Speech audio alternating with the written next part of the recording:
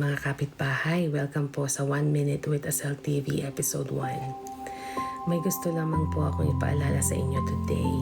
Kapag ang Diyos ang nagbukas ng pinto para po sa inyo, walang taong kayang magsara nito. Kahit may mga taong ayaw kang makita na umaangat, kahit may humahadlang, pumipigil, or magsalita laban sa iyo, huwag mong hayaang mawala ang faith mo. Dahil kung para sa iyo ang blessings, opportunity, or direction na yon, darating at darating ka roon sa paraan ng Diyos. Hindi mo kailangan makipaglaban sa lahat. Minsan, ang kailangan mo lang ay maniwala, magpatuloy, at hayaan ang Diyos ang gumawa ng paraan. Remember, what God has for you cannot be stopped by people. Kaya kapit ka lang. You keep moving, you keep praying. This is 1 Minute with Asel TV. God bless.